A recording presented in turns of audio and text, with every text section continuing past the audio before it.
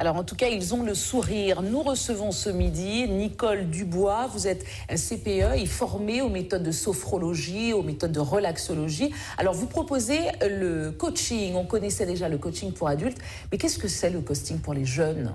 Bonjour. Alors effectivement, le coaching pour les jeunes, pour les élèves et pour les étudiants consiste en fait à mobiliser toutes leurs connaissances, toutes leurs performances, c'est-à-dire vraiment le savoir-être afin d'atteindre un objectif. Alors on peut faire du coaching pour élèves à n'importe quel niveau. S'agissant des examens, c'est atteindre l'objectif. L'objectif est d'obtenir le baccalauréat ou le BEP ou le CAP, voire le BTS, puisque nous allons jusqu'au BTS. Est-ce qu'ils sont vraiment réceptifs à ce type d'exercice ou alors c'est plutôt les exercices qui s'adaptent à eux, en fait, on les change? Alors, ce sont les exercices qui s'adaptent à eux, puisqu'il y a quand même plusieurs niveaux. Puis d'autre part aussi, on gère beaucoup tout ce qui est gestion des émotions et du stress. Et tout le monde, ils sont pas tous égaux face au stress. Ah oui, on les a entendus. Hein. Oui. Alors, il y en a qui sont très stressés et en fait, on fait du cas au cas par cas. Donc, c'est la raison pour laquelle on décide de les faire venir pour continuer, pour poursuivre un petit peu leur révision et puis surtout maintenir cette motivation. Parce qu'il y en a certains qui nous disent qu'ils sont prêts à démissionner, à décrocher parce qu'ils veulent pas faire face à la réalité. Ils veulent pas se retrouver face à cet examen qui les angoisse. Alors, on va peut-être pas faire des exercices de coaching, de respiration, mais qu'est-ce que vous leur proposez exactement ?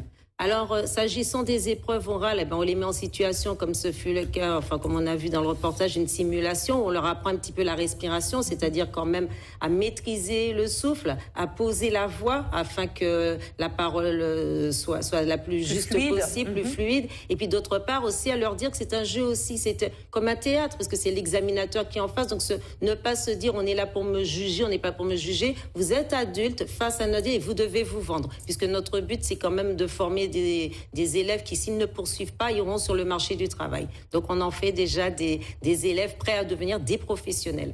Est-ce que toutes ces techniques que vous proposez sont aussi complémentaires avec tout ce qui se vend sur le marché ? Alors oui, puisque de toute façon, on voit que même dans les entreprises, déjà, des techniques sont faites. Nous, à notre niveau, on utilise, pas que la respiration, on utilise quand même tout ce qui est positivé, donc ça se fait maintenant beaucoup. On utilise tout ce qui est utilisé, le mental, alors, je parlais la plus relaxation. de compléments alimentaires, par exemple, de choses comme ça, ou alors des tisanes, ou alors des huiles essentielles, par exemple. Alors c'est vrai qu'on est allé dans le domaine de l'éducation nationale, donc on ne peut pas trop se permettre d'aller hors de notre cadre. Mais le 5 mai, on a eu justement un salon du bien-être par rapport aux examens pour répondre aux besoins des parents, aux attentes des parents. Et c'est vrai que, par exemple, on conseille éviter le tabac, éviter leur Red Bull, toutes ces boissons énergisantes qui, en fait, ne font pas du bien comme ils pourraient le croire. Et puis, surtout, on leur donne des conseils, par exemple, éviter de manger gras, ne venez pas avec votre pizza. C'est difficile à adapter chez les jeunes, ça, dans leur emploi du temps, l'alimentation. Bien manger, bien dormir, c'est pas évident. C'est vraiment difficile. C'est la raison pour laquelle on n'a pas commencé justement ça à quelques jours, semaines des révisions. Mais c'est tout au long de l'année, on leur donne ces conseils. Après, vous savez, en plus, nous, on est placé pas très loin d'un McDo, donc qui a fort concurrence. Mais toujours est-il, on fait en sorte, on a une cafétéria où on a demandé, par exemple, à ce qu'il y ait des aliments adaptés, comme des fruits. Donc, c'est vrai qu'il y a une certaine demande et puis on essaie de faire changer les esprits, les mentalités. Alors, une dernière question, parce que je sais que les parents aussi viennent vous voir. Pourquoi les parents sont stressés aussi ?